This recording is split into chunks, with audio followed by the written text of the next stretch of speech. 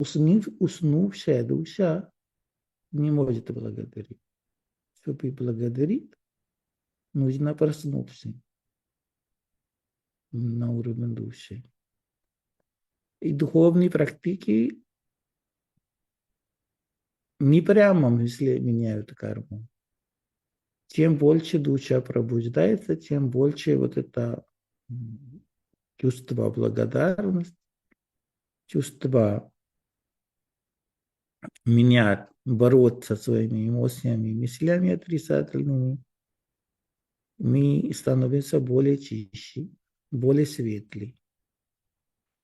Те люди, которые не практикуют нормально или вообще не практикуют, у них в ауре очень много отрицательной энергии, темной энергии. Когда вы начнете заниматься духовными практиками, вы закрываете глаза, ваше тело начинает наполняться светлой энергией.